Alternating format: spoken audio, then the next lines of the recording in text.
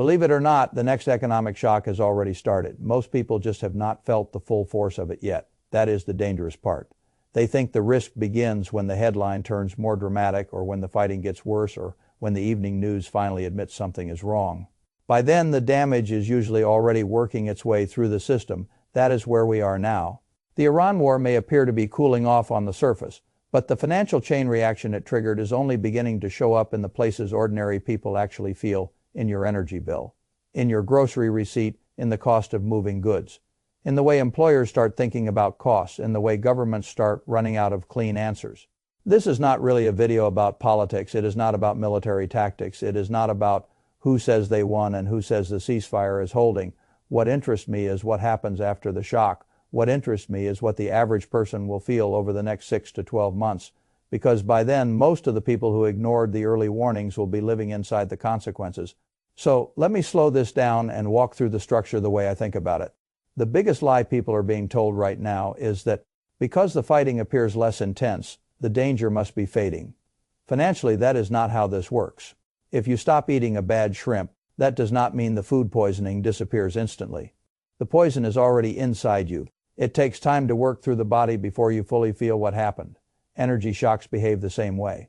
The event happens first, then the prices move through the system, then households feel it, then businesses respond, then jobs get touched, then policymakers discover they do not have the easy tools they used to have. That is the sequence. The war triggered the event. The finances will deliver the symptoms later. To understand that, start with the core mechanism. Iran closed the Strait of Hormuz.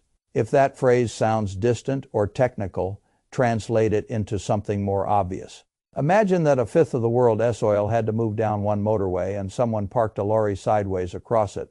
That is the scale of the disruption. When that happened, oil did what oil always does when a key artery gets threatened. It jumped. It did not just drift higher politely. It exploded upward in a short period of time. And once energy prices jump like that, they do not stay neatly contained inside an oil chart. This is the part people underestimate every time they say, well, I do not buy barrels of crude, so why should I care? You care because oil is not just something drivers buy at a petrol station. It is the invisible ingredient in the modern economy. Your last grocery run depended on it. Every item on the shelf had to be grown, processed, packaged, refrigerated, transported, unloaded, stored, lit, and sold. Oil or energy sat somewhere under every one of those steps. That is why the first impact of this shock is the one I think almost everyone will feel. The rising cost of ordinary life. Higher energy bills, more expensive food, more expensive transport, more expensive delivery. And because those costs do not hit all at once, a lot of people are still underestimating what is coming. They look at one recent receipt and say, it is not that bad yet. That is the wrong way to think about a system shock. You need to think about transmission. Businesses do not instantly reprice every product they sell the same week the oil market spikes. Some are working through older inventory. Some are waiting to see whether the move sticks. Some try to absorb part of it first. Some cannot. Then little by little, the higher costs work themselves forward until finally the consumer sees them. That is why I think the next 3 to 6 months matter so much. The shock is already in the pipeline. Even if the ceasefire rhetoric holds, even if some shipping technically resumes, even if politicians tell everyone the situation is stabilized. Uncertainty alone is expensive, and this shock has already created enough uncertainty to leave a mark. Now, what should you do with that information? The most practical step is not complicated. Do not make big financial commitments on the assumption that life is about to get cheaper. That is a dangerous assumption. If you are thinking about taking on new debt, signing a bigger lease, stretching into a purchase, or otherwise making your monthly cost structure more fragile, you should pause. I would rather have extra breathing room than extra optimism at a moment like this, because once the monthly bills move, they do not ask your permission. That brings me to the second impact. Your income may not be as safe as you think. People understand rising bills more easily than they understand employment risk, because rising bills are visible immediately. Employment risk usually moves quietly at first. First, businesses see costs rise, then they see customers pull back, then they start cutting around the edges. Overtime gets reduced, hiring freezes appear, projects get delayed, contractors get trimmed, and later, if the squeeze continues, layoffs start. That is how it works. A business hit by an energy shock gets squeezed from both sides. Its own operating costs rise while its customers grow more cautious because their costs are rising too. It is a vice. And if the labor market were roaring, maybe the economy could absorb that more easily. But the labor market was already showing signs of softening before this shock arrived. That is what makes this more dangerous. The damage is landing on a system that was not especially healthy to begin with. When people say, well, my job feels safe, I understand the instinct. Most people need that feeling to get through the week.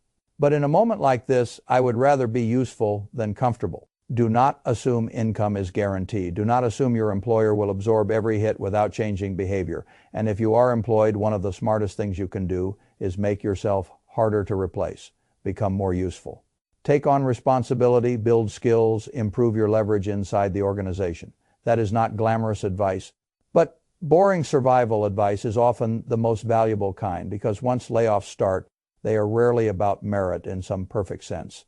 They are about economics. If a company can cut labor costs and protect margins, it will. The third impact is the one that almost nobody wants to hear, because it destroys the comforting fantasy that government will ride in and cushion this the way it has tried to do in prior crises. This time, the government may not have the same room to play hero. That is a very important change. In a normal crisis, central banks have an obvious playbook: cut rates, make money cheaper, encourage borrowing, stabilize activity. That works when inflation is tame. It works when the main problem is insufficient demand and not rising costs. But what happens when inflation is already reaccelerating? What happens when oil has just spiked? Energy pressure is feeding through the system and the central bank cuts rates anyway. You make the inflation problem worse. That is the trap. The same tool that would normally ease the downturn can now intensify the price problem. So people say, fine, then print money. That is what governments did in the pandemic. That is what everyone remembers. But the fiscal picture is radically worse. Now, the national debt is enormous, and the interest bill on that debt is not some distant accounting curiosity. It is a monthly weight. At this point, a substantial share of every tax dollar is already going toward interest. Not schools, not hospitals, not roads. Interest that matters, because once a system reaches that stage, every easy rescue becomes more dangerous. Borrow more on top of what, print more. Into what kind of inflation backdrop, cut rates, into what kind of credibility problem. Every lever now comes with a serious side effect. That is why I think people who assume the government will just fix it are using an old script in a new regime. I am not saying the government will do nothing. Governments always do something. I am saying the something is less likely to feel like clean relief and more likely to feel like a trade-off that hurts somewhere else. That leads directly into the fourth impact: stagflation risk. This is one of those words people throw around because it sounds smart, but it really matters that you understand what it means in practical terms. A normal recession is ugly, but at least one thing tends to help. Demand falls, and when demand falls, price pressure often eases. That gives central banks room to cut. That gives the economy a path out. Stagflation is nastier. The economy weakens while prices keep rising. That means your job feels less secure at the exact same time your bills keep getting worse. And the tools that fix one side damage the other side. Raise rates to fight inflation and you hurt growth. Cut rates to support growth and you worsen inflation. That is why stagflation feels like quicksand. The more policymakers struggle, the more trapped they become. Now, I am not claiming we are guaranteed to live through a full replay of the 1970s. That would be too neat. What I am saying is that the pattern now contains enough of the same ingredients to deserve real respect. Prices are rising again. Growth expectations are softening. The labor market was already less robust than the headlines implied, and the policy room is narrower than before. That is not a comfortable combination. What does that mean for your money? It means cash loses value quietly because inflation eats at it. It means speculative growth bets can also suffer because the economy is weakening, and the discount rate problem never really disappears. It means the classic lazy portfolio assumptions stop working as smoothly as people expect. And it means that real assets, or at least assets with pricing power and real-world necessity, start becoming much more important than they looked when money was cheap and inflation was calm. The fifth impact is pressure on the dollar itself. Now, I want to be careful here. I am not saying the dollar vanishes. I am not saying there is some overnight collapse. What I am saying is that the United States is trapped between several bad choices, and all of them create some version of dollar weakness over time. Raise rates and you risk recession and market pain, print, and you risk more inflation and confidence damage. Step back geopolitically without restoring confidence in the shipping system, and other countries start asking a quiet but very dangerous question. Is the U.S. still as capable as the system assumed it was? That matters, because the dollar's strength is not only about economics, It is about trust, muscle, and the belief that the U.S.-led financial system is still the safest framework underneath global trade. The source material points to an important shift here. Foreign central banks are owning fewer treasuries than before. While gold has become a larger share of reserves, I pay attention when that happens.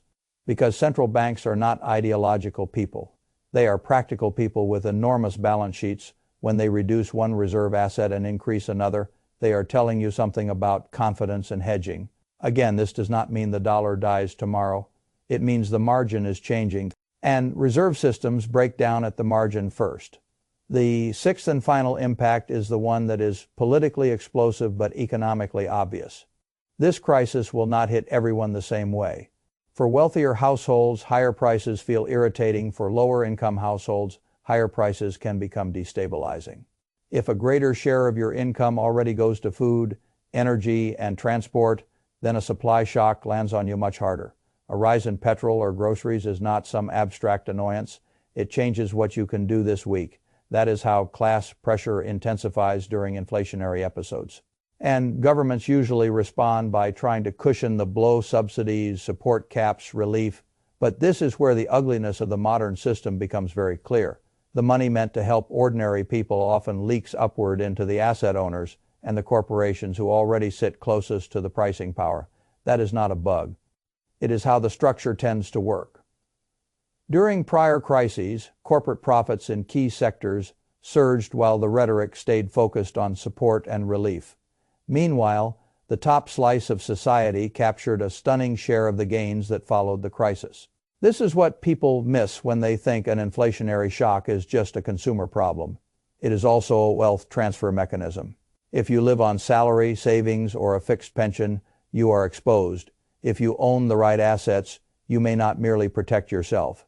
You may move further ahead while the people around you fall behind. That is the brutal truth. It is not fair. It is simply how the structure behaves. So what do you actually do? The first thing is psychological. Stop waiting for the news to tell you the full story. The news likes events. Your finances are shaped by consequences. The event already happened. The consequences are what matter now. Second, protect liquidity and breathing room. I am not saying sell everything and hide in cash. I am saying make sure your monthly life can handle several more rounds of rising costs without forcing you into bad decisions. Fragility is expensive in a shock. Third, think carefully about what you own. If all of your financial life is concentrated in cash, savings, and growth assets, you may be exposed on both sides at once. Cash gets eaten by inflation. Fragile, long-duration growth can get hit by weaker economic conditions and higher inflation uncertainty. You do not need to become extreme. You do need to think about diversification into things that hold real-world value better when the macro picture gets uglier. Fourth, invest in yourself. That phrase gets overused, but I mean it in a hard, practical sense. If the labor market deteriorates, the people who keep options have skills, usefulness, and adaptability. The people who suffer most are the ones who assume their current arrangement will just continue because it always has. Finally, recognize the deeper point: when America sneezes, the world still catches a cold. If the U.S. is trapped between inflation, debt, slower growth, and geopolitical strain, then the effects do not stay neatly inside America. They bleed outward through energy, trade, rates, currencies, and capital flows. That is why this matters, even if you are not following every military development. This is already financial, and the average person will not fully feel it until later. That is exactly why I wanted to lay it out now. The war may look quieter on the surface. The economic shock has only just begun. That is the part you need to understand. Because if you wait until everybody feels it, you will already be reacting inside the storm instead of preparing before it arrives.